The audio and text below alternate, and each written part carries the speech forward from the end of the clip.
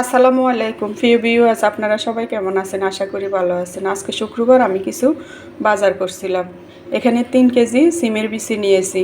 আমি এগুলা সুন্দর করে পরিষ্কার করে ফ্রিজে রাখবো। কিভাবে রাখবো আমি আপনাদের দেখিয়ে দিব। আর এখানে 2 মুঠা ধনিয়া পাতা নিয়েছি। দেখুন কি তরতাজা ধনিয়া পাতা।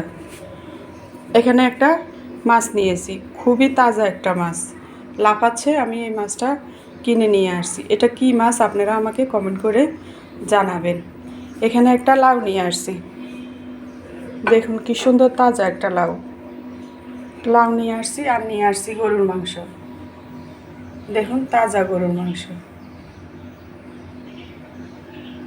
আর নিয়ে আসছি সকালে খাওয়ার জন্য পরোটা, আর এই যে ডাল বোনা, সবজি বোনা একসাথে করা। কার আমার আজকের বাজারগুলো কেমন লাগছে আমাকে কমেন্ট করে জানাবেন। আসসালামু আলাইকুম, আল্লাহ হাফেজ, সবাইকে জুমা মুবারক।